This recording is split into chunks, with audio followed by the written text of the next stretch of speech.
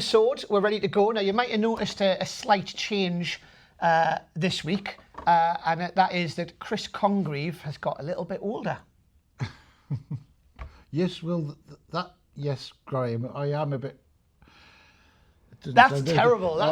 That's one of the worst impressions I've ever heard. Better on the first take, wasn't it? Right, yes.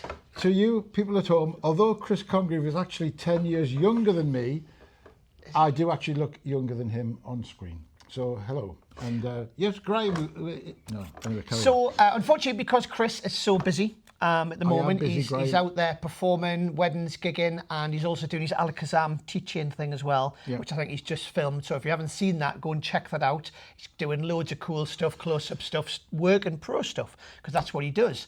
So go and check that out at Alakazam as well. So this week, because we haven't got Chris, he's not available. He's not even available for filming because he's that busy. So we brought in an extra special person. Yeah. What number am I on the list? Well, I'll just say I wasn't first choice, was I? Well, I'll just say you in the top 10, right? Of Taylor people who will tell rang. me. Taylor, how many? I wasn't first or second, was I? Or third? How many? Yeah, that's... No. Yeah, like I said, you're in the top 10. You're in the top 10 of people that we want to bring along. So, for anybody who doesn't know, this is Martin Duffy. Hello. Martin's been doing magic for a long time. In fact, we're going to talk a little bit about that because Martin's one of the people who got me into magic a little bit, and I think it's my fault. I do apologise to everybody out there. I've told you this story before. This is my creation. Before we go down that route, though, let's just talk a little bit about you. Martin's currently the president for the second time of the Newcastle Magic Circle. Yes. There's a story there, but we'll not go down there because that's a big rabbit hole we don't want to go down. But let's just briefly talk about you, what type of stuff you do. Just so people get to understand who don't know who you are, why we've brought you and why have we brought him in? Actually, I don't know. Because nobody else was available. Because the other 9 people you called, the other 9 people you called before me weren't available, Graham. It's getting a bit better. I was good on the first take. The first take. Right. So I've been doing magic professionally for this is going to make me sound really old. Go on. I've been doing magic. I think it's happening anyway, to be honest. I've been doing magic professionally for over 40 years. Taylor's just fainted. 40 years. Over 40 years. Yeah. So, I mean, I do half kids magic and half adult magic. Kids magic is at private parties, schools. I do educational magic shows. Obviously, the bigger, fates, fun days, whatever. And then the adult magic could just be in somebody's home again, birthdays, weddings, obviously a big thing at the minute, corporate shows, trade shows, and Do you do any stage magic? Do you do any really. Cabaret illusions? Have you ever done any of that sort of stuff? Not really, no. The closest thing I'll get to is at a wedding, before the bride and groom come in, I might introduce myself and do one thing for everybody, or at the end of a close-up set, I might get a mic on the microphone and do one thing for the whole room, but that's as close as I get to cabaret. Okay. All right.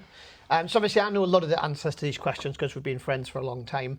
But I just thought it would be good to give the people who are watching an overview of what you do. You've been professional for a long time. You've done a few TV shows. You've worked for and with a lot of famous magicians. Do you want to mention some of them? I know you like to name drop, so now is your chance. No, you have. You've worked with some people. Well, you've worked in a magic shop before, in fact. Yeah, when I was like 17 or whatever, I worked in London for Paul Stone, who was then at the time producing, probably still is, producing the Kenbrook range of magic. So it was a magic shop on the corner of Leicester Square, which was a massive footfall, as you can imagine. And Paul Daniels was on the opposite corner in the Prince of Wales Theatre, where he was for 13 months, but he was in every 2 or 3 times a week. Terry Rogers used to come in. Dave Brown, who was a Covent Garden performer. I worked with David Britland, who so, and then when I was like 21, I did a summer season, but I did a TV show called Opportunity Knocks, which was at the time hosted by Bob Monkhouse. Essentially, it was the 1960s version of BGT, essentially. 1960s. Well, that was Huey Green, but yeah, I think it was probably 77, I think, when I did it with Bob Monkhouse. But at that time, it was on an Easter weekend, on the Saturday of the Easter weekend, and 14 million people watched it, which you don't get now. Like BGT gets 4 or 5 million. Royal Weddings might get that number, but at the time there was only 4 channels, I was not say, like 400 like there are now. Yeah, there was no internet, so people were watching telly. That's what they did. But loads of people saw it, loads of magicians saw it, and it wasn't until years later that it was put on Magic Week. Duncan Triller put on Magic Week my clip. People said, "Oh, I remember that. And that's what." A few people contacted me and said, "Oh, that's why I do what you did, because of you, that trick, doing it." So it was nice. But of course, like you say, there was no social media at the time, so. How were people, I got a letter a week later from the director saying, you got more votes than any other magician ever has on the programme, and I still don't know how you did that trick, because he got the camera right over onto my hands and you're going to watch it frame by frame. But anyway, there you go. So, and just a quick question. We all know the answer. Who know you? What trick did you do? This is a running gag, by the way, amongst Newcastle Magic Circle and people who know him. Yeah. But what was the trick that you did? I did 2 tricks. Oh, right, okay. Yeah. What was... Well, we know what one of them was. But I want you to tell them. I did the one where... I forgot what it's called, where you get the girl to kiss you and you turn and it's lipstick on the card, which is probably not great nowadays. And the second trick was card warp. Card warp. So if anyone, we'll not go into what card warp is now, no. But that's probably your favourite thing, or the thing that you're Paid known off the for. mortgage. I saw Roy Walton a few years ago at his shop in Glasgow, I think it was. And I said, look, that trick paid my mortgage off. That's the thing that you're known for. It's your piece that you do for everybody. So if you do have time, Google, or we'll even put a link in perhaps of what card warp is, so you can go and have a little look at that. But essentially it's 2 playing cards and one reverses itself as it goes through. The other one, if you don't know what it is, it's well worth checking that out. Put a link to on YouTube. And obviously you've performed for a long time, kid shows, close-up stuff. What do you do? How many do you do a week? I mean, I'm not going to put you on the spot, but like roughly, what's your... Well, I'll be honest. You don't have to tell us exactly, but just give us a rough idea. The inquiries haven't been coming in like they should. I mean, I'm not, I'm talking to magicians here, and magicians are normally, I'm so busy. Like Chris Congreve was. Yeah. Not getting there. But so on average, I used to be able to do 3 on a Saturday, 3 on a Sunday, but now I think it's probably 1 on a Saturday, 1 on a Sunday, maybe 2. Tomorrow, when's this going out? Anyway. Sunday. So it'll be Monday you're talking about now. So yesterday I did 2 hours in a park for an organisation, and then an hour at a close-up. And then on the Sunday, yesterday, I was at a wedding fair. Okay. Trying to get more work. But it's the weddings are picking up, as you know. Yeah. So I have heard this from a few people. Obviously, running a magic shop, I get to speak to a lot of magicians, whether it's on the phone, email, or in the shop. A lot of magicians are saying the same sort of thing. The work isn't this year, isn't as busy as last year. It's probably worse from what I've heard for kids entertainers. And I was speaking to somebody today, Liam Moorhouse, who people might know, who for years ran all the entertainment at Stanix Holiday Park over in Cumbria. But he does singing as well, and he was saying that the sort of kids magic is really, really poor at the moment. I'm speaking to a few other kids entertainers who are saying the same thing, and he was saying his fear is kids magic dying? And that's something that we can potentially talk about. Has the world moved on and they don't want that weird guy turning up in the chef's pants? I get wrong when I say that in my lecture. Do they still want the guy in the chef's pants and the funny waistcoat doing a show, or do they want computers and has the world moved on, is what he was saying. I was just talking to somebody this morning before I came out about this, and I said, I've been saying for years, it's old-fashioned, isn't it, for a magician to go into somebody's home to do a little show. Last weekend I got a booking for 11-year-olds, right? So I'm thinking, 11-year-olds, should I be taking some close-up along? But it's an awkward age, that, isn't it? But then it went really, really well. They loved it. And I said to this guy on the phone this morning, I said, talking about this, I said, the thing is, the mother knows the kids, so she wouldn't have booked a magician if she didn't think they were the right mindset. Because some 11-year-olds can be little older elves, and some can be younger. Do we know what elves stands for? Well, yes. Do you want to tell them? Evil little folk. Okay. So, Okay. All right. Okay. Good stuff. So, I mean, I saw you years ago, and it was at the Metro Centre, Gateshead Metro Centre. Just before we and move on, Yeah.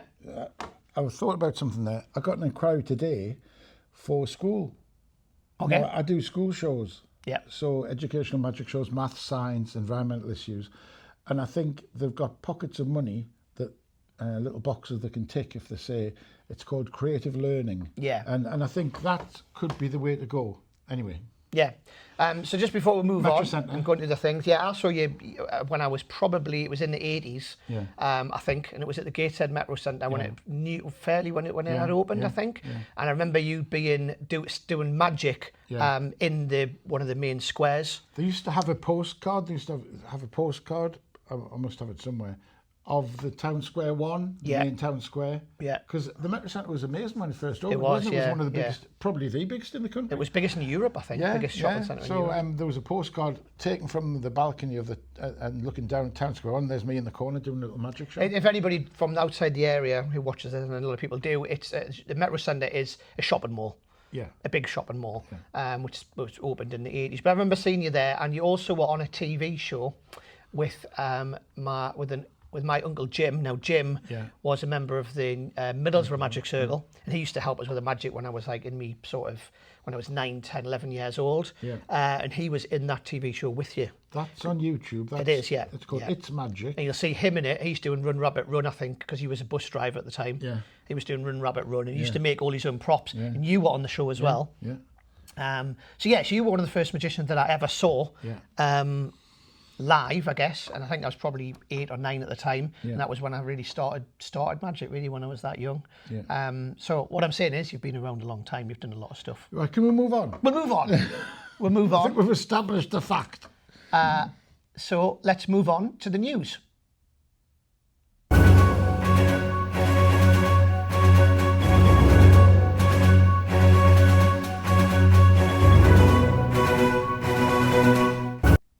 Okay, so there's not a massive amount in the news today, but we want to talk about something special, extra special to us. Big bit of news. Yeah. South Tyneside International Magic Festival, or STIMF, as it was renamed by John Archer, is going ahead. And I don't know if it's the 21st or the 22nd, because we missed the COVID year, but we did have an online one. And I think it's the 22nd. If I had to guess. Was last year not the 20th? No, because last year was the 21st, and the year before was the 20th, because we had Danny Adams and Clive Webb, and we had the helicopter production. Yeah, and that was for year 20, and then last year we had something else. I have to guess it's 22. They've flown by, haven't they? Yeah. So, I mean, this was something that was started like 22 years ago. And if you've not been before, it's a small convention which happens here in the northeast of England. Yeah. Magicbox, that's us. We're a big sponsor. We sponsor it along with the Customs House, who are the theatre where it happens. Yeah. It's a small convention of around about 100 people. It's been up to 150 before. Yeah. And it usually takes place over a couple of days on the weekend in October. Yeah. So that's the basic background of it. It's a very friendly little convention. Yeah. But I'll let you give them the details of the dates. Yeah, so it's the 17th and 18th of October. So that's a Saturday and Sunday. And you do something on the Friday night, don't you? So the Friday night is a family gala show. That'll take place at the Customs House Theatre in South Shields. Yeah. The convention normally takes place there, but because of renovations they're having, we're going back to the original, which was the Little Haven Hotel, where we started the convention. Anyway, so the convention's happening in the Little Haven, and the shows are happening in the Customs House. Yeah, the lectures and whatever is at the hotel, Little Haven Hotel, and in the evening, Friday night is the family gala show. Extravaganza Saturday night is the main gala show. So here are the names, and I stopped organising it. I did, I think, the first 14. Then John Archer did it for a year, and now Steve Go's doing it. And this lineup is amazing. Steve Go's done really well. So this year we've got. I'll leave the name at the top there because he's just, as far as I know, he's just doing the gala show performance. So we've got Jan Frisch, we've got Andrew Frost, Gabriel Werlin, Bron Ivy, Mark Bennett, Lee Thompson, Ian Bailey, Sid Quattrine, and the local comedian doing the late night show, Stephen Petty. But the name at the top of the list is David Penn, because he's doing, he's been doing a new robot act. Tech Magic act. Yeah, so he's been doing Tech Magic for years, but this is a new stage thing with a robot, which I saw advertised at the Magic Circle. Yeah. And when I checked the dates, it was limited run. I couldn't get down to see it. And I messaged him and I said, it'd be great to have you at South Tyneside. So Yeah, that's I've going to heard. be on the Gala show. I'm not sure if David's doing a lecture. Is he doing a lecture as well? Okay. Yeah. So I mean, for that, and what's the price? 95. Is it 95 quid? So yeah, it's £95. 120 there. So it's 120. I think there might be early bird tickets or something. Yeah. And if you've come before, then you maybe get the special price as well, or first option, because it's literally only 100. You know. Yeah, it's limited to 100 people. And I think that, well, I don't know. I read an early bird price earlier on 95, but we'll put the link on here, and that'll take you to the website, and you can check the prices and things and look at the lineup. But the good thing that, you know, I mean, now, considering this started 22 years ago, this is organised by South Tyneside Council. It was originally, it probably still is, a grant for tourism.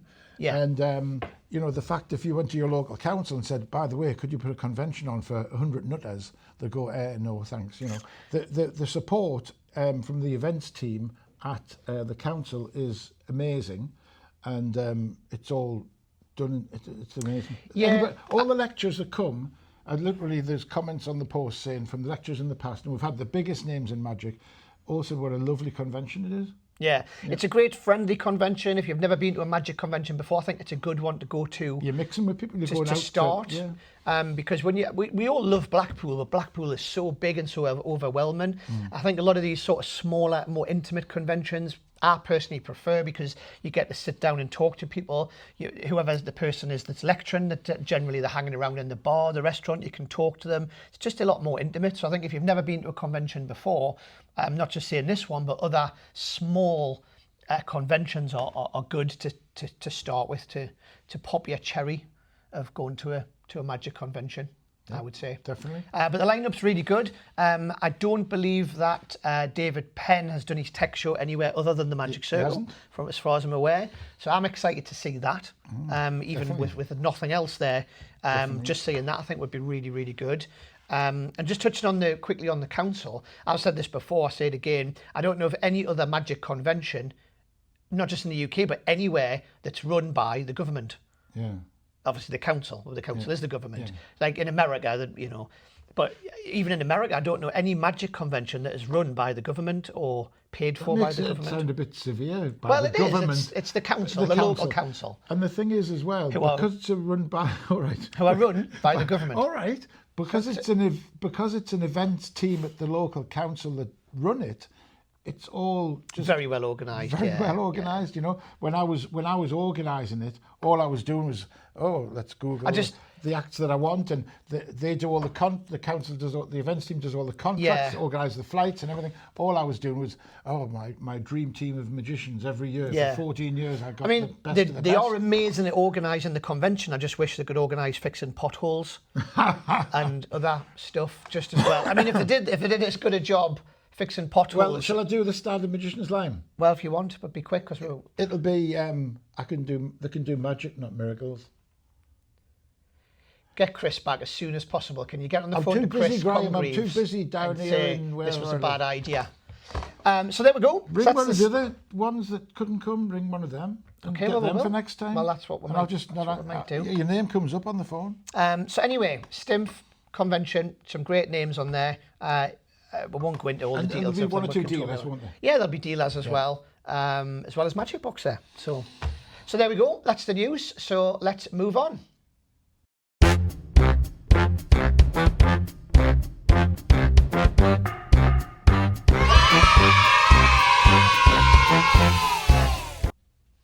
So here we are, old school. Yes. And there's a gag there, and I'll not say it. You don't need to say it, Graham. Everybody knows. Everybody knows. Old school. Your face. Which is very suitable for today. So this is old school. Now, before I show you this, this is a Magicbox product. Now, I don't like to do Magicbox products because it looks like I'm just pushing Magicbox lines, but I am. No, I'm not. No, but I just thought this is old school. It goes back around about 10 years, and this is the second version of the trick. It's a trick by Mark Elsden, and it's called Family Values, and it's the newer version, it's 2.0. But even Family Values 2.0, this is about 4, maybe 5 years old, I remember when it came out. I think we brought this out just before COVID, so it might have been 2020. So anyway, about 5 or 6 years old, this version, but then the original version dates back to, I don't know, 2015 or something like that. Yeah. So this was a Magicbox product, which we produced on behalf of Mark Elsden. And I'll show you this version. This is sort of a newer version, and I like it. It's not my type of thing, but I'll talk about that in a second. So Taylor, you ready? Taylor's going to bring the camera over. Now, this is a replica of a pack of cards, which belonged to a gentleman called Mr. Atkins. Okay, now Mr. Atkins, he lived down in Hackney in London, and he had a family. And the story goes, whether you believe this or not, the story goes that there was a fire in the Atkins house, and he had a wife and daughter. They escaped from the house, but unfortunately, the father, Mr. Atkins, he died in the fire. And he was very much into cards. He was a bit of a gambler, a bit of a womanizer, a drinker, which was very common in those times, because this goes back to the early 1900s. This is a replica of the pack of cards. Now, before I show you the cards, I'm going to show you the photograph, and Kayla's probably going to come in a little bit closer in a second, so we can show you the photograph here. So this is the photograph. Can you see that on the camera? And you notice the photograph's a little bit burnt, a little bit charred. And this is Mr. Atkins, known as Frank, his wife Mary, and his daughter as well.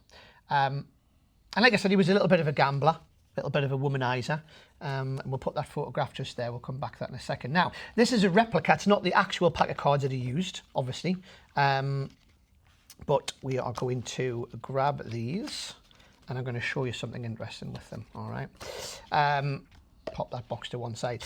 Now, Frank was a bit of a gambler, but he also saw himself as a bit of a fortune teller. So he used to carry a pack of cards around with him all the time, a little bit like this. And this is, like I say, a replica pack. Now, I don't know if you've ever heard the phrase, your card's been marked. Yeah. So this is a phrase, it's a British phrase. And this is where it came from, because Frank actually thought that every person had a card.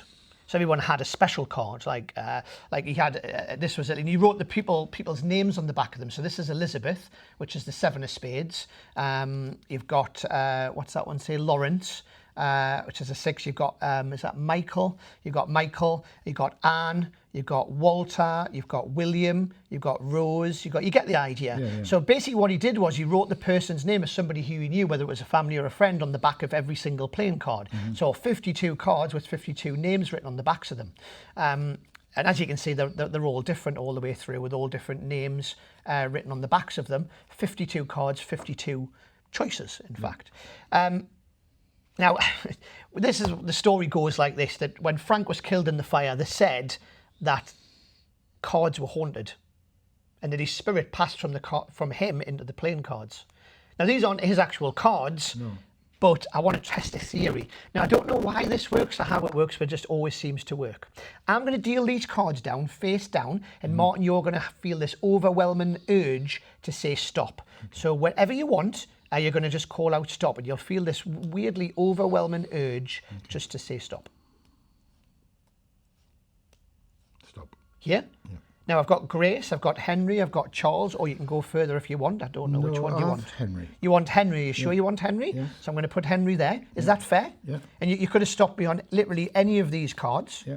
And you can see they're all different, different names, different playing cards, yes? Yeah. Now we're going to do the same thing again, but this time we're going to do it face up. Okay. So again, you can see these are all different as I place them down. And again, you're just going to have this overwhelming urge to say stop. Okay.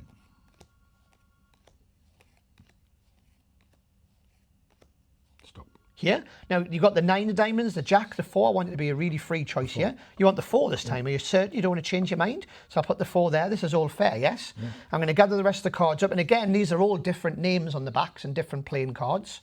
But you stop me on the 4. Yep. Any particular reason?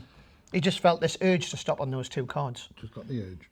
See, here's the really weird thing. What I didn't tell you earlier on is this photograph here. is quite special because Frank had his own special card. You know how we said everybody has a special card? He had a special card. In his card, if you look at the photograph again, you might be able to see it now. If the camera zooms in, you'll see that his card, he's actually holding it in his hand, the 3 of hearts. Now, that doesn't mean anything, right? No. The 3 of hearts, he said, was because it represented him and the family of 3, you see. Right, yeah. But you stopped me on these 2 cards, which doesn't make any sense, the 3 of hearts. But also, I didn't tell you that this is not just a photograph, it's actually a confession. Now, I mentioned that this photograph was a little bit burnt and a little bit charred, but if you look at the back of the photograph, it's actually got a confession on. This is a confession written by his wife, Mary, and I'm going to read it out because the camera might not be able to see it. It says, following years of his womanizing, gambling and neglect of his family, I had finally had enough. I started the fire that killed Frank. May God forgive me, Mary Atkins. So it turns out that actually it was his own wife who started the fire and sort of killed him. Shocking. Which is very sad, isn't it? Now, I know you're thinking that means nothing. And surely if he was a fortune teller, he would have known this. But here's the really weird thing. If we turn over Henry, you'll see that actually Henry is actually the 3 of hearts. And if we turn over the 4 of diamonds, maybe Frank was trying to tell us all along that he always knew that it was his wife, Mary. I like it. It's good, isn't it? So there you go. So that's old school. I like I'll it. tell you a little bit roughly about the effect. Completely self-working, as you know. There's no skill whatsoever. The deck comes ready to go out the box.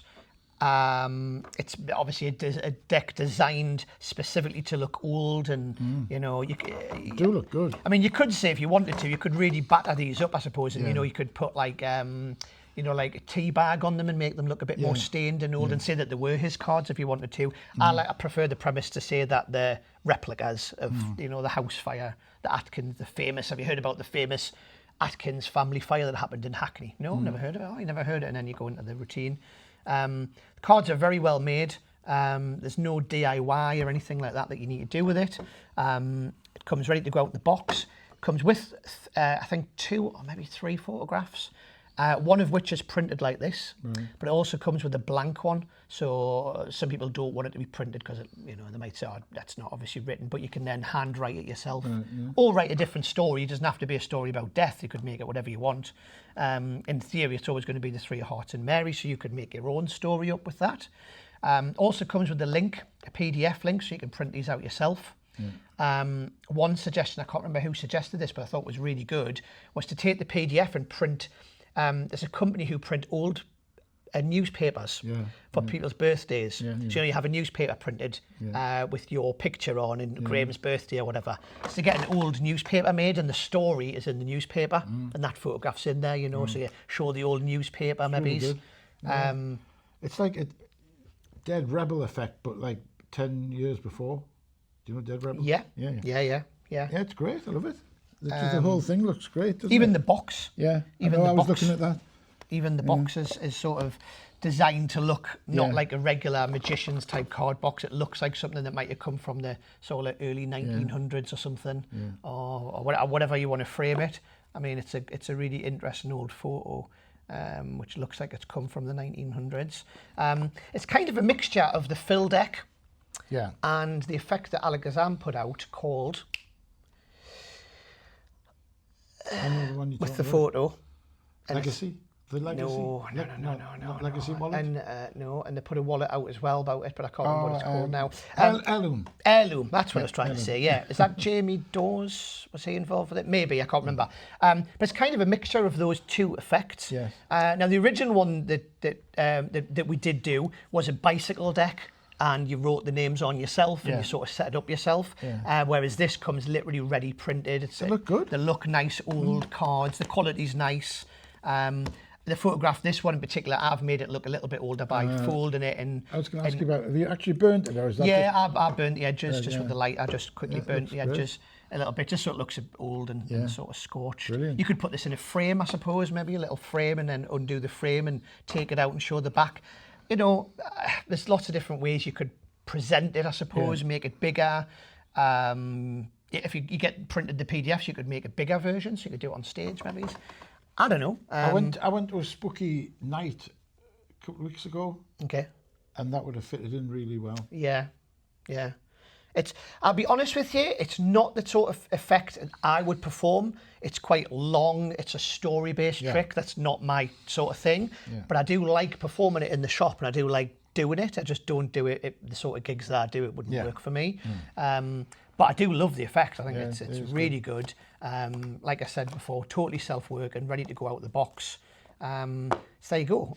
Any questions anyone's got about that, shoot us an email or How ask much is questions. it? I bet you don't know. I do. It's 35. Bargain. It literally comes in that little box, ready to go. For you. 3. So there we go. That's old school. Hope you enjoyed that. And we'll move on.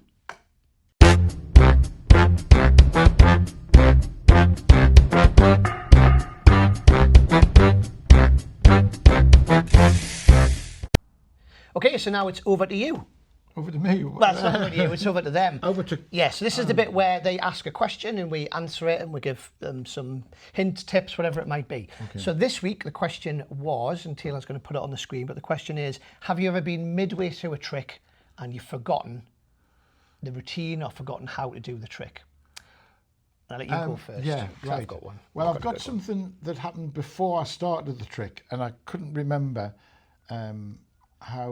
which way to do the thing, and I had to ring the person up that invented the trick and say, can you just quickly tell me what I'm doing wrong here? And it was all that was one thing. The other thing, what was the trick, can you say? I'm going to mention Steve Go again. It's a brilliant trick, Together Forever, and I love it, and I do it all the time, every wedding I do, and it's great. But I hadn't done it for a while, and I just couldn't remember. Did that card come out of then? Did it go that? It's a simple trick, but anyway. So I had to ring Steve, and I said, just quickly tell me which way in. And he, as soon as he said, but the other thing that's kind of gone wrong in the middle of the trick sometimes is, you know, when you do an invisible deck and you're trying to work out and sometimes I've just got to slow down and go, what's the 3 of spades one? And I'm like, now I'm looking for the 10 of hearts, blah, blah, blah. And once or twice, literally once or twice over all the years, as you said, I've been doing magic for 400 years.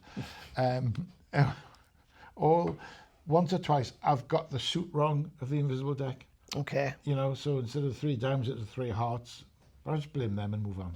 Well, I was just about to say, what do you do to cover these situations, or what have you done, or what would you suggest?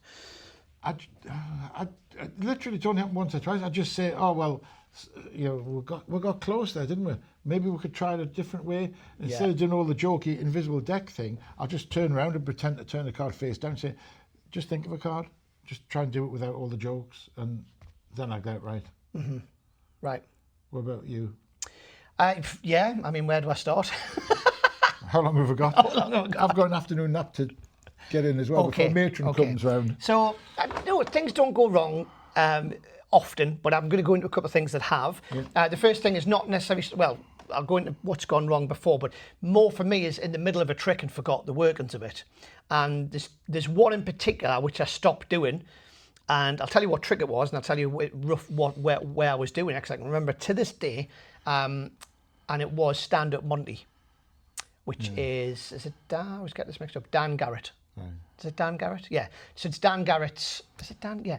Stand-Up Monty, which is a 3-card Monty, where the cards constantly they're in their hands, and then it switches, and there's a lot of turnovers and stuff. And that's why I don't do it. Well, so it's not a particularly difficult trick to do, but it's remembering the sequence, because there's quite a lot of phases to it. If I remember rightly, the version or the main version, I think there's 5 phases to it, and it ends up in the spectator's hand. And I was doing it for probably a couple of months. And I probably hadn't done it for a couple of weeks, and I just stuck it into the set and just assumed, right, and I just had it in my pocket and I just brought it out when to do it. And I think I got to phase 3 and it was just gone, just totally gone. I was just standing. Do you know when you have a mental block? It was literally a mental block, and I was stood there and I just didn't know what to do next. And I got really annoyed with myself that I'd forgotten how to do it. So the way I got out of it was pretty simple. I just ended it early. Because it's in phases, that's the good thing with that trick is it's 1, 2, 3, 4. The phases do get better. So I just ended it on phase 3. So when I got to the point I didn't know what to do, I just put them in my pocket and just moved on with the next thing. Now, if you don't know, Stand-Up Monty is something, in my opinion, that is a brilliant trick, but you have to do it all the time. If you're not doing that week in, week out, you're going to forget it because of the phases, in my opinion. I think if you've done it for years, then it'd be like riding a bike again. Sometimes I go into the shop and there might be a trick like that. I've not done that for probably a year. But, you know, you kind of have muscle memory. Because there was so much going on with the stand-up Monty, I always felt like it was, you had to be doing it all the time to remember all the phases. A great alternative to that, by the way, is, which I've talked about on the show before, is In the Middle, which is kind of has the same feel and the same flow as Stand-Up Monty, which is, it's a, In the Middle is a Mark Mason line that we sell. I think he sells it, nobody else does, but I love that trick because it has the same flow as Stand-Up Monty, but you can make it as many or as least phases as you want, and it's easy to remember. The other one that I've forgotten halfway through, and I mean, sometimes things happen in the shop halfway through because it's not stuff that I work regularly, but you can get away with it in the shop because I literally just stop and I go, sorry, 2 seconds, I'm going to have to remind myself what the move is here, and I'll turn around, and obviously I can reset it, but that's in front of magicians and 1 or 2 people in the shop. In a performance, you can't really do that. So in here, it does happen often, but I can just turn around and go 1 second and you get forgiven. But the other trick that used to go all the time, I used to always forget the bloody moves, is Chinese bit.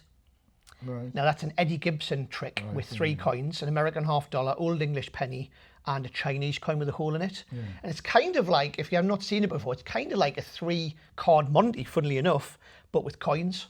So one's in your pocket, and then this one switches, one's here, and you say which ones are over here, and it is quite something you've got to keep doing. So over here's the American $half and the such and such, yes, and no, that's the Chinese coin. The American $half and the Old English penny are here, and the switch places, and then the switch in your pockets, and it's kind of like a 3-card Monty, but yeah, again, you've got to keep going with that trick, otherwise you'll get lost with it.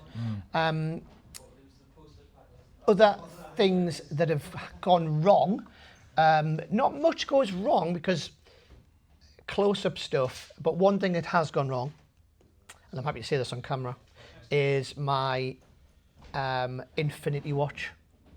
Right. Now, you might have seen me previously on other videos praise the V3 Infinity watch, and I will stand tapping that it's so reliable. It works every single time, never misses. So it was operator error. Unless you let the battery go flat. Yes, in the remote control, which is what happened to me. Now, there's not really an out for this, so this is what I use it for. Infinity watch, if you don't know, is the basic effect is you have a watch, you show that it's a regular watch, you pull the pin out, you turn the dial, you set it, then you turn it towards yourself, you set it to a time, you say, I'm going to predict this, and you put the watch on the table or in the spectator's hand, and you get them to name a time. They name the time, they turn the watch over, and you've set the watch to that time. All right, ahead of time. Now, the way I do it, I use this for a bride and groom. So at the end of a wedding, as one of the effects I'll do for them at the end, I'll say, do you remember when you had your first date? Yes, yeah, and where was it? And it was, I don't know, the bowling alley. Do you remember what time you met?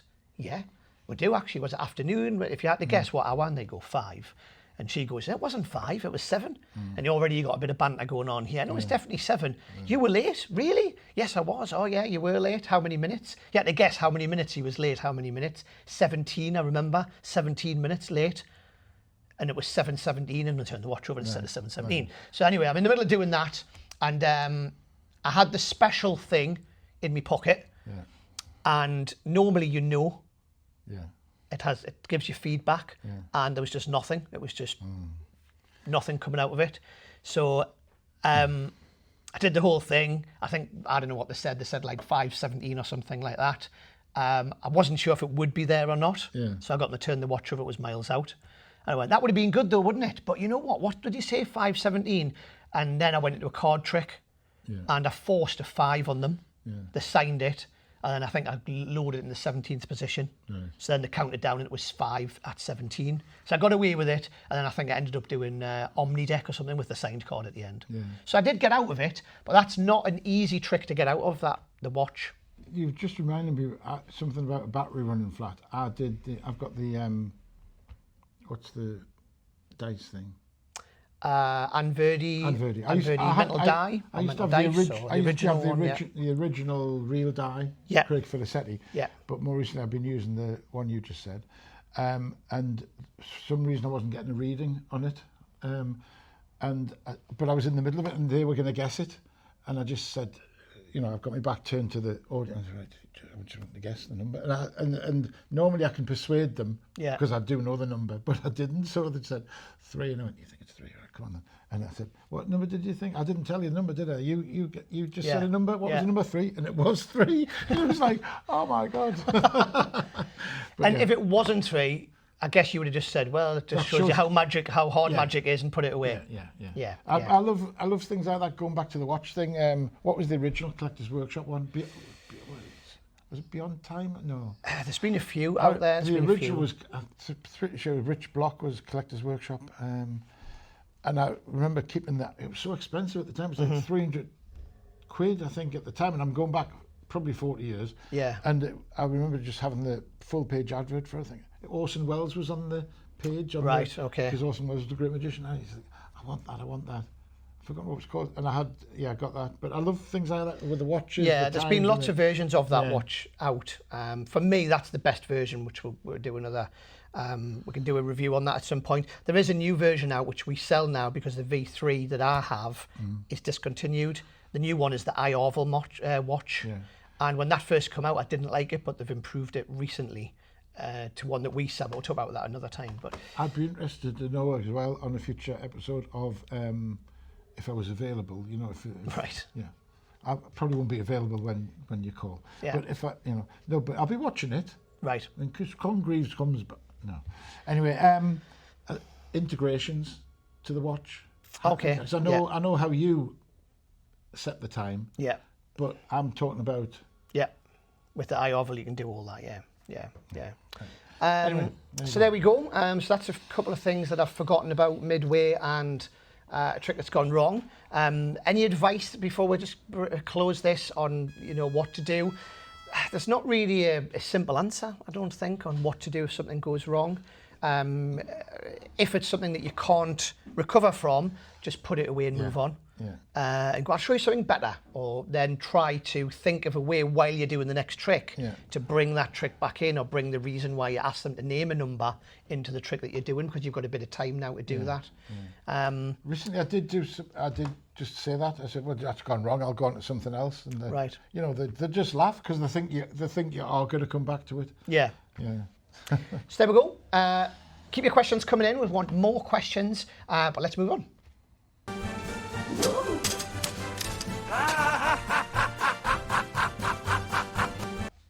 It's review time. Are you excited? I am, Graham. I'm not getting any better. I just think you should leave that now. Okay, I forget the. I think you should leave it.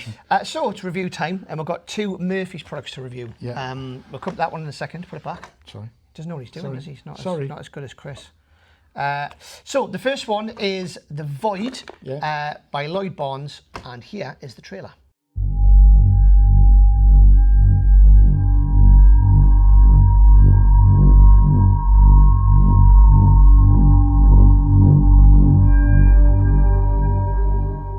This is no ordinary photo keychain. This is a switching device. Everything happens out in the open. The audience can remove the card, and they can examine everything.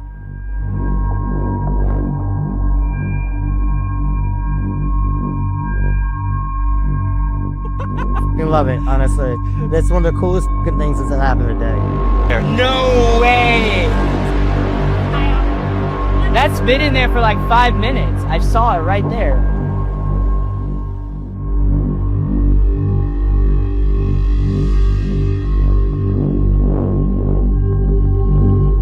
Bro, I was holding that the whole time, way before y'all was even signing it. Here, I'll let you see the moment it happens, because if there's a bend on the card, you can track it. You know exactly where it's at, and you can see the moment it comes to the top. I can't see. Well, you saw it kind of get to the top, But you do know that everything I'm showing you is technically not real. None of this is actually happening at all. Because I never keep the Ace of Diamonds in my deck here. It's actually right here. Look, I'll show you. Can you take it out?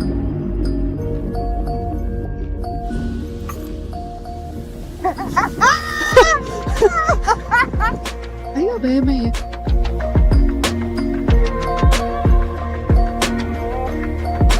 I love one wheels. I'll place it right there, and take a picture of that, because that picture you took was before you even signed the card. You remember that, right? Let's see, because in here, and then if you don't mind helping me out, just take it out. Yep. Open it up, and you get to keep that as proof that was there from the very beginning.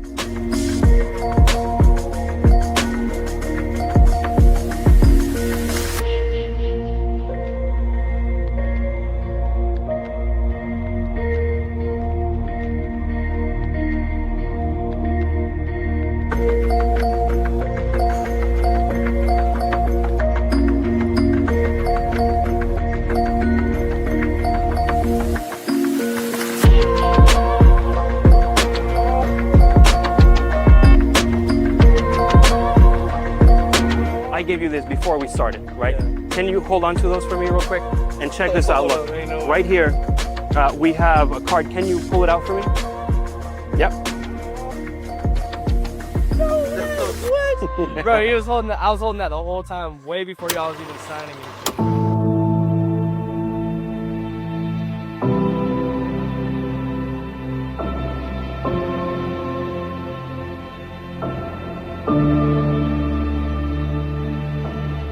The Void is a simple keychain, It blends perfectly into your everyday life.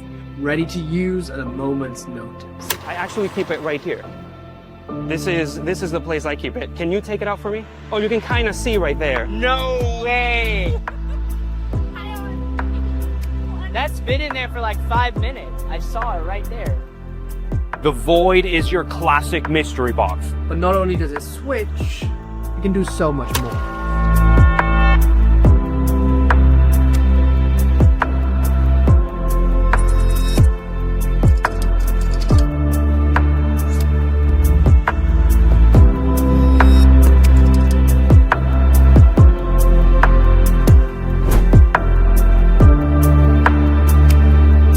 Introducing my brand new Quantum Observer principle, where your spectators have a complete free choice, yet they also get to see details of the actual prediction that you have. That prediction has been in full view the entire time, and it never leaves their sight, yet you can always predict any free choice that your spectator makes. We set out to create the most innocent and ordinary looking mystery box that can live permanently on your keychain.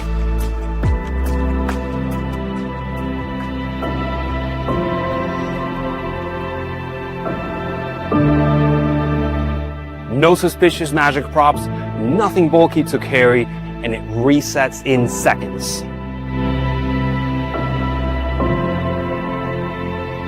Thank you. With no suspicious moves, the Void creates a seamless retention of vision. They remove the object themselves. And they can examine everything. Thanks, dude. Appreciate it. Thank you. Thank you for your time. Thank you so much.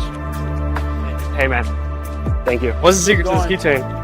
It makes anything you believe real. Welcome to a place where nothing Hides everything. Welcome to the Void.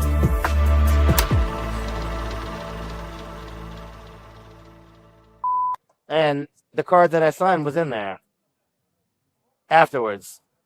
So I took the picture, I signed the card. The card I signed was in where I took the picture after the fact. I have no idea. I'm good with that though. Fucking love it, honestly. That's one of the coolest fucking things that's happened today. So there we go, that's the trailer. Now, what I want to say about the trailer, and I talked to Martin about this before we started filming. I watched the trailer and thought what a lot of other people think is. So right at the very start of the trailer, you've just watched it, you see him open the gimmick and it says on the screen that was the switch. Now, when I watched that, I thought, when it first came out, when I saw it with Murphy's on the preview, this was a couple of weeks ago, I went, that's cheeky because that's not the switch. I thought he's just opened it. Now, when I watched the tutorial, he even talks about that in the tutorial. Yeah. He says what Lloyd does is he sends out the video, the trailer to close friends who look at it. I got it. You got it. And they basically give him their opinion on the trailer. And a lot of them all said the same thing. They said, why do you just have a slow-mo of you opening the gimmick? Yeah. And he was like, well, because that's the switch. And they were like, what? Yeah. No, that can't be the switch. And he was like, yeah, that's the whole point of us doing it slow-mo. Yeah. I want you to say. So that's why he added that bit of text on. This is actually a switch. Yeah. And I thought exactly the same thing. When I watched it, I even said to Taylor, I says, that's cheeky, that, because he's not doing the switch at that point. Now, when I watched the whole tutorial, at the end of the tutorial, he shows the switch, and I was like, fooled me. Yeah. And then we've just watched it, haven't we? Yeah, brilliant. I asked you to play it back 3 or 4 times because... Yeah.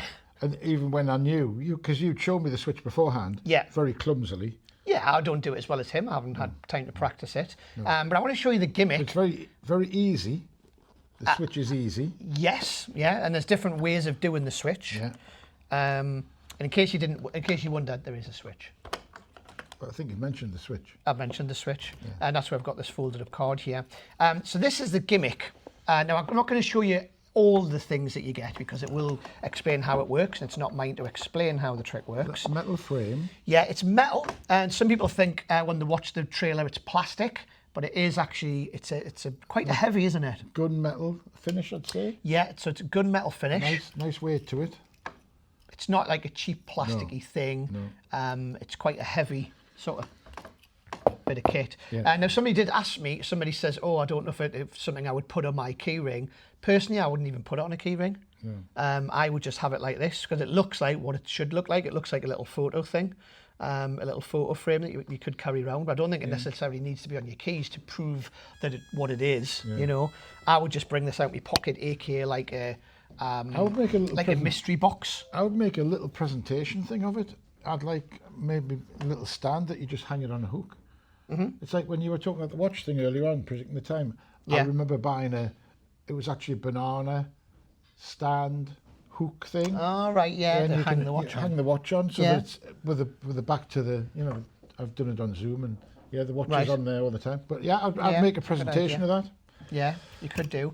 So first off, the quality is very good. I think it'll last you a lifetime. It's very well thought out in the way that it works.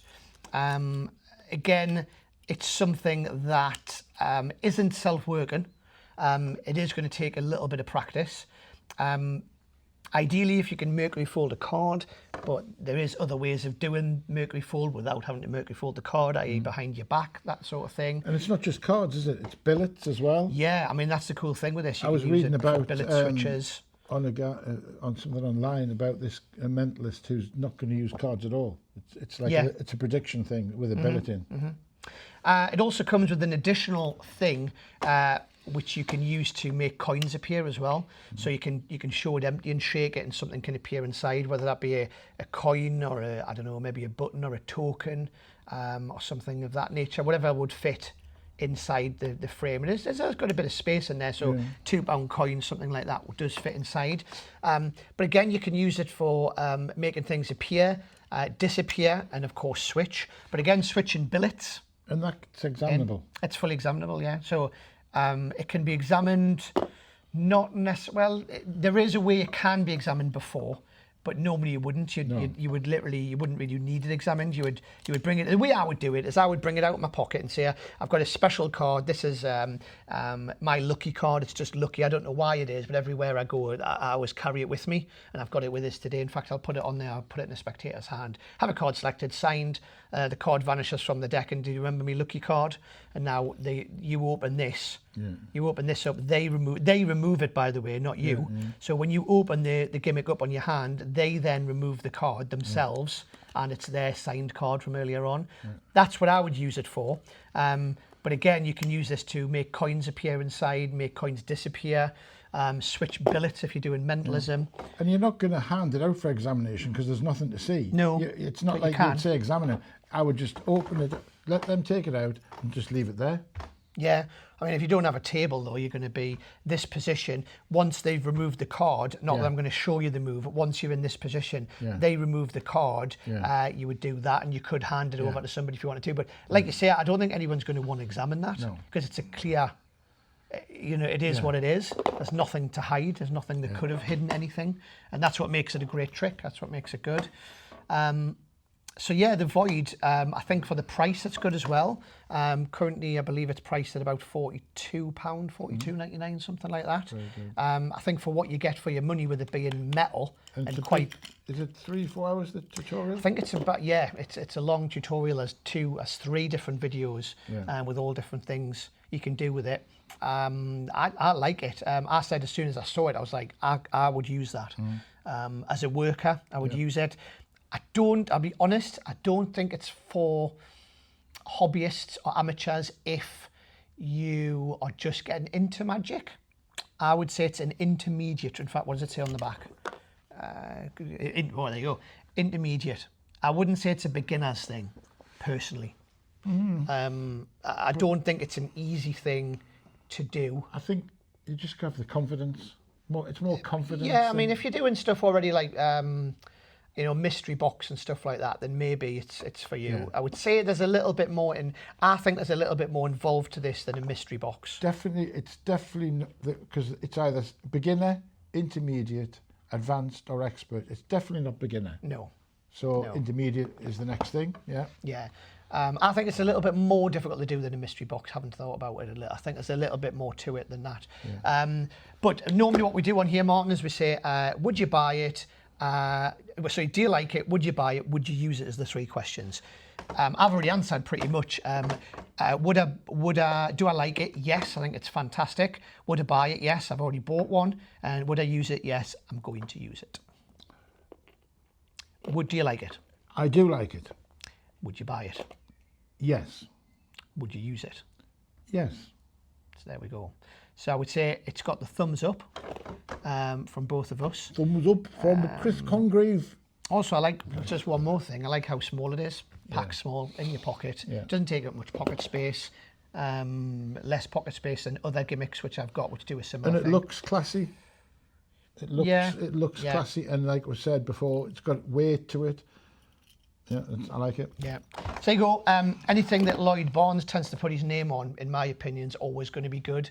It's always well thought out. And let's be honest, he's a genius, isn't he? He's very, very clever. So anything that's got his name on is going to be good. So well done, Murphy's Studio, and well done, Lloyd Barnes. So there we go. That's the Void. Okay, so review number 2. And this is? Gamma. Which you showed me beforehand, and I've noticed it's beginner. Yep, I would agree. And you showed me this? Yeah. Before we go into it, let's watch the trailer. Yes. Imagine handing a stack of envelopes to your spectator. With your back turned and under test conditions, they select any envelope they want. They then place any card inside of that envelope. They seal the envelope, trapping that card, making sure nobody could peek inside. They can even shuffle all the envelopes together to make sure nobody knows where their card is. They place all the envelopes on the table. Yet the moment you turn around, you immediately know which envelope holds their card. There's no need to touch it. There's no fancy electronics. And it can all be performed under test conditions. X-ray vision is no longer fiction, it's gamma. Gamma is not a peek envelope. It's more like your own personal GPS system guiding you directly to your spectators' hidden information. Here, I'm feeling something here, but before we look here, let's look at the rest. Nothing here. No, and no, okay. All right, just hold your hand in front of mine. Visualize the color. 7 of diamonds. Look.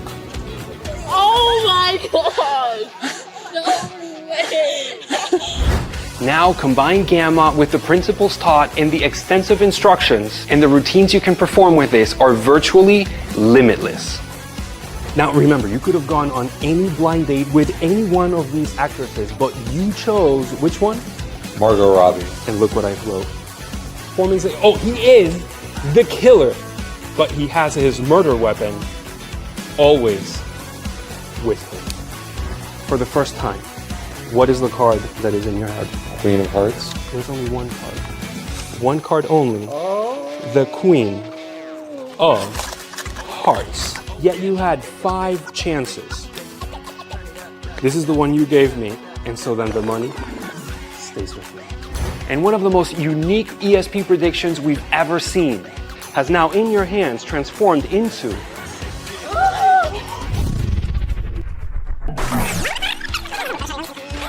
You start with 5 envelopes, each with a different ESP symbol.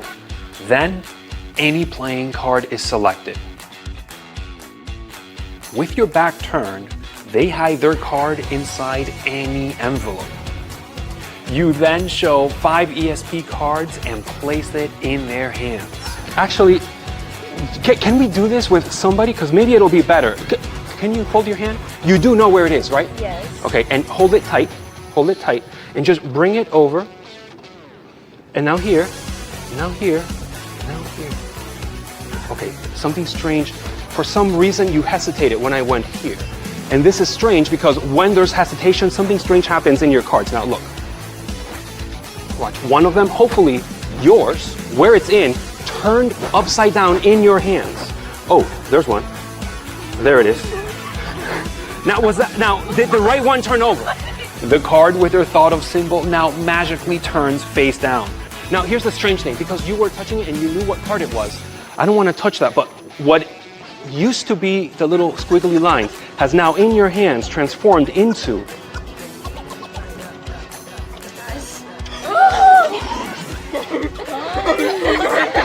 That was a squiggle last time. But the moment you tap it, it's almost like that one turned over. Not only did it turn over at the start, because it's no longer here, but it also became. There's nothing to find. There's nothing to see. You also didn't put it here. Not here. Okay, it's there. Are you thinking of the card? The Jack of Spades. The Jack of Spades. Is that the one you're thinking of? What the hell? The envelopes can even be examined. Check the envelope, make sure there's no hidden compartment, or it is exactly what it is. Bro, that shit was crazy, bro. Craziest thing I've ever seen in my life.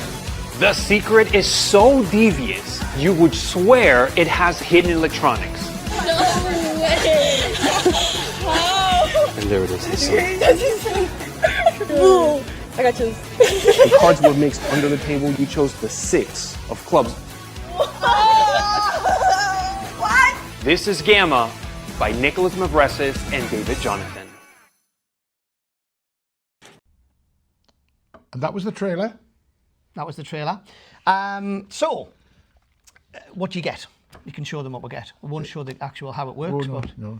So you get 2 sets of envelopes, which are really good quality. I mean, thick and lovely. you can't see it on the camera, but they're really quite heavy, like thick. It doesn't even feel like card. No, it's like...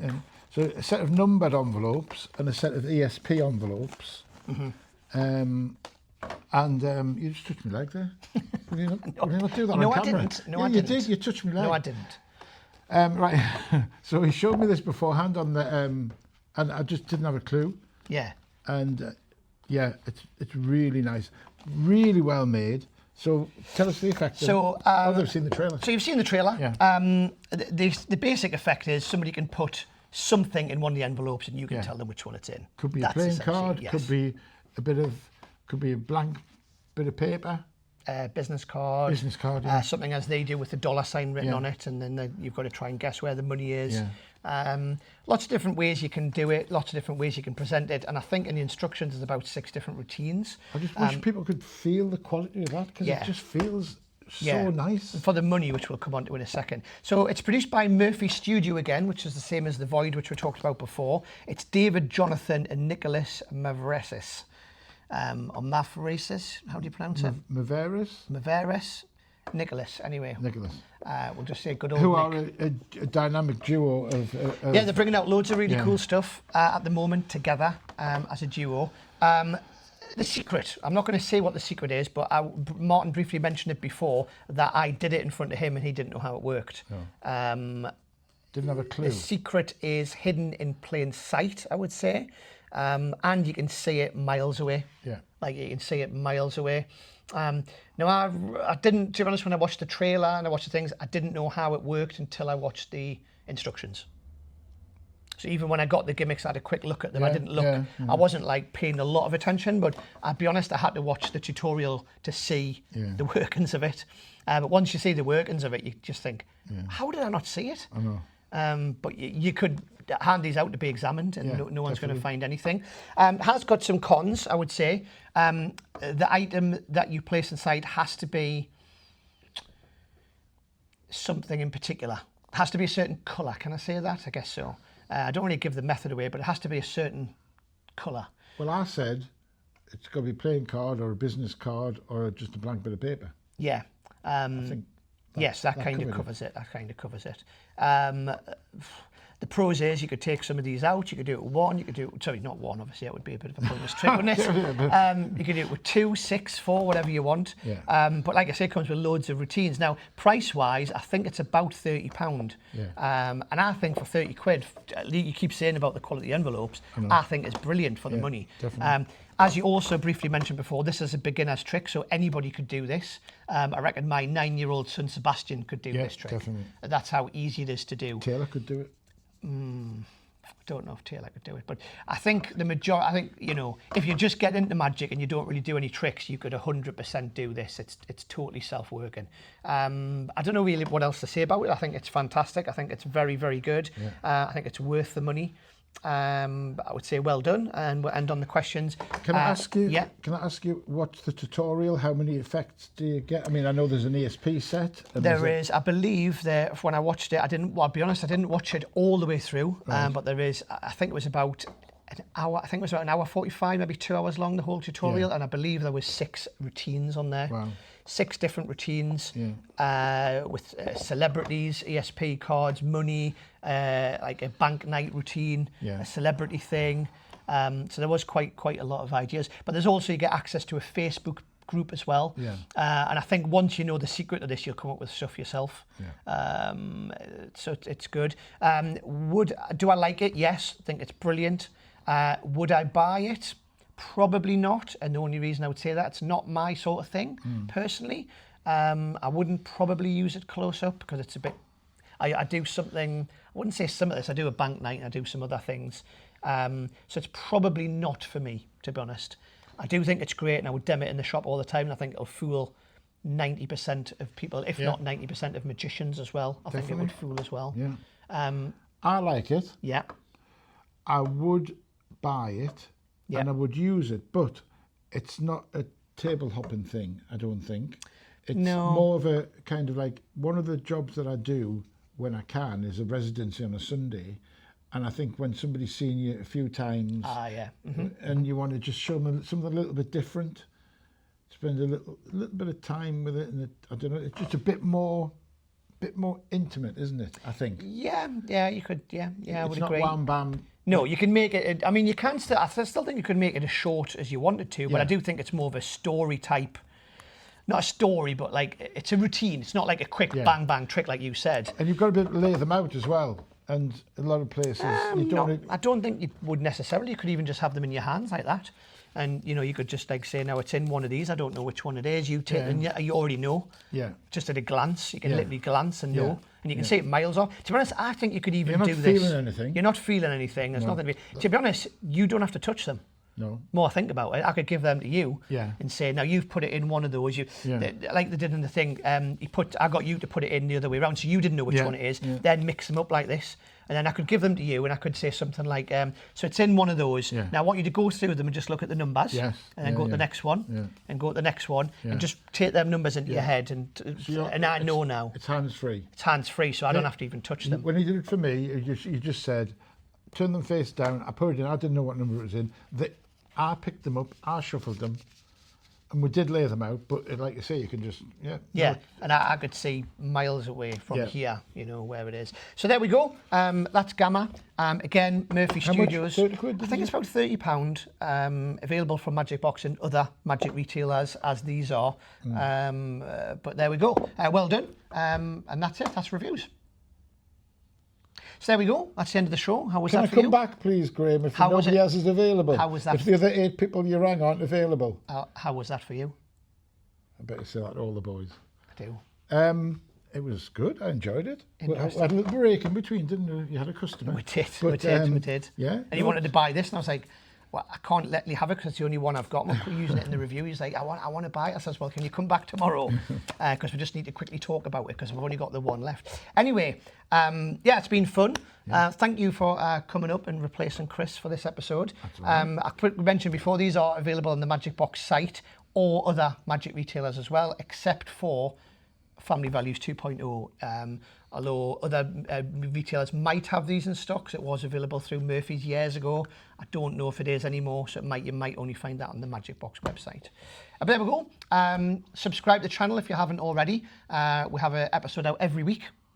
I've been watching them. You've been watching them I think every this is week. one of the best ones I've seen. Do you think? I think it is. Yeah, it's been a good one. I think, change of personality, change of Do you think that's good? Yeah. That's a good question. Let us know what you think of the format, whether you prefer... Well, I mean, let's not say that because it might end up... I don't want you here every week. Or they might want to replace me, to be honest, which is fair enough. Taylor might start doing it. There's a possibility. So there we go. Anyway, let me know your thoughts and subscribe to the channel, and any other questions, send them in. Hurry back, we'll love to Chris. discuss them. Hurry back, Chris. Yeah. Anyway, good to see you, Chris. Hopefully we'll see you soon. Talking to so. Chris there, not you, by the way. On I know camera, Chris. 'cause Chris is watching. Yeah. Obviously, he's wanting to know how his replacement's got on, whether he's as good as If he's him out or of a worse. job. If he's out with a job, exactly. Well, he knows now, doesn't he? We all know now. We don't have to say. Well- we know. We don't have to say. There we go. Thanks so need to be much. said. Thanks so much for coming. Thanks for watching. We'll see you next time.